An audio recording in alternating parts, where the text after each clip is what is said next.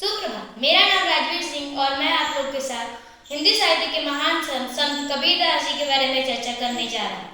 संत कबीरदास जी भक्ति काल के निर्गुण उपासक ज्ञानाश्रयी शाखा के संत कवि थे। इनके जन्म के विषय में मतभेद है।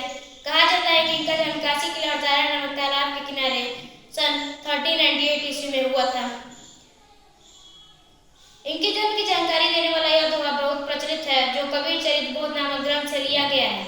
संवत 1455 साल गए चंद्रवार एक ठाठ भय, जेठ सुदी बरसायत को पूर्णमासी प्रकट भय।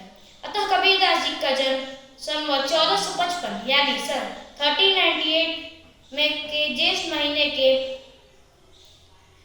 पूर्णमासी के दिन बरसात के समय हुआ था।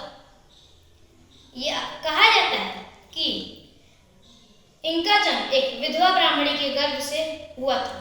यह भी बताया जाता है कि जब इनकी माता सधवा थी तो विवाह के कई वर्षों के बाद भी पुत्र की प्राप्ति न हो सकी, तो इनके पति ने लेकर काशी के महान पंडित रामानंद जी के पास गए और उनसे पुत्र प्राप्ति का आशीर्वाद भी प्राप्त कर लिया, क्योंकि उन दिनों यह प्रचलित था कि रामानंद के आशीर्वाद से पुत्र की प्राप्ति की कामना सफल हो जाती है। उस समय रामानंद जी की आयु 25 वर्ष की थी। आगे चलकर यह विडंबना घटी कि कबीर की माता विधवा हो गई और पति के मरने के 4 वर्ष के पश्चात कबीरदास जी का जन्म हुआ। लोकलाज के भय से इनके परिवार के अन्य सदस्य इन्हें लेकर काशी के लहरदारा नामक तालाब के पंचगंगा घाट की सीढ़ियों पर छोड़ा। कबीरदास जी का पालन पोषण। नीमा और नीरू नामक 2 जुलाहे दंपत्ति जैसे ही उस लहरदारा नामक तालाब में स्नान करने के लिए प्रवेश करते हैं, वैसे ही वो बच्चा भूख से मारे जोर जोर से रोने लगा। बच्चे की आवाज सुनकर नीमा और नीरू दौड़कर उस सीढ़ी पर पहुंचते हैं, जिस सीढ़ी पर वह बच्चा एक छोटे से बिस्तर पर सुलाया गया था। नीमा और नीरू बूढ़े हो चुके थे, उनकी कोई संतान नहीं थी, अतः उस बच्चे को अपने हृदय से लगा लिया, मानो ईश्वर ने उनकी प्रार्थना स्वीकार कर ली हो। नीमा और नीरू ने कबीरदास जी का पालन पोषण बड़े ही प्यार से किया। नीमा और नीरू जुलाहे का धंधा करते थे, अतः कबीरदास जी भी उस धंधा को अपना लिया, जिससे कि वो पढ़ लिख ना सके। उन्होंने स्वयं कहा है, मसी कागज छुओ नहीं, कलम कहो नहीं यार। अतः मैंने कभी इस हाथ से स्याही और कलम छुआ नहीं।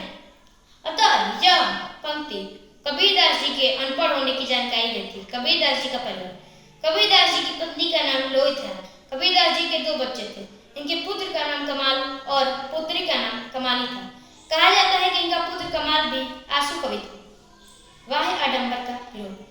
कबीरदास जी निर्गुण उपासक कवि थे, किंतु इनकी कविताओं में राम शब्द का प्रयोग मिलता है।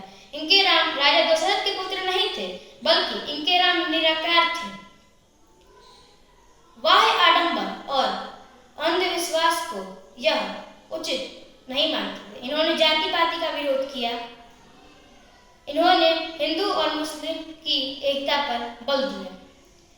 हिंदू और मुस्लिमों के ऊपर वहम। कबीरदास जी ने हिंदुओं पर वहम कसते हुए कहा, यह है दुनिया बावरी, पत्थर पूजन जाए, घर की चुकिया कोई न पूजे, जिनका पिसया खाए। पत्थर पूजे हरि मेरे, तो मैं पूजू पहाड़।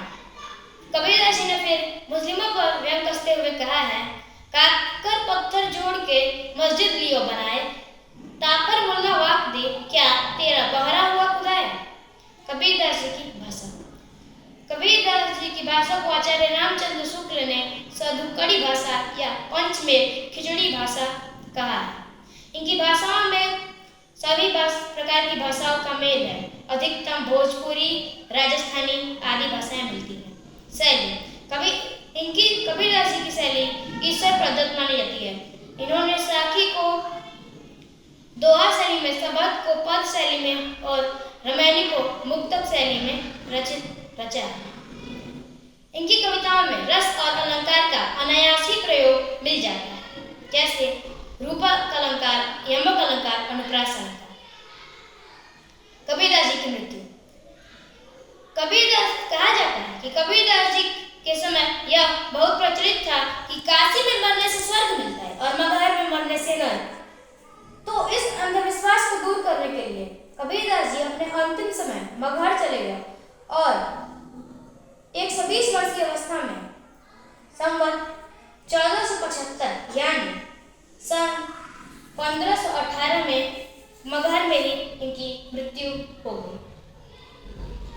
कभी हिंदू मुस्लिम दंगा। कबीरदास जी की मृत्यु की जानकारी होते ही हिंदू और मुस्लिमों में विवाद हुआ। वास्तविकता तो यह थी कि हिंदू इनके शव को जलाना चाहते थे और मुस्लिम इनके शव को दफनाना चाहते थे। हिंदू कहते थे इनका जन्म एक विधवा ब्राह्मणी के गर्भ से हुआ है, तो मुस्लिम कहते थे कि इनका जन्म, इनका पालन पोषण नीमा और नीरू नामक 2 जुलाई दंपत्ति ने किया है और वही इनके माता पिता थे। इस बात को लेकर दंगा हुआ, इससे बहुत लोग मारे गए। इधर कबीरदास जी की लाश गायब हो गई। किसी ने कहा, अरे क्यों झगड़ रहे हो, कबीरदास जी की लाश गायब हो गई। हिंदू और मुस्लिम कबीरदास जी की शव की ओर दौड़े। उन्होंने देखा कि कबीरदास जी की लाश विभिन्न प्रकार की फूलों में बदल चुकी है। फिर क्या, उन्हें उन फूलों से ही संतुष्ट होना पड़ा।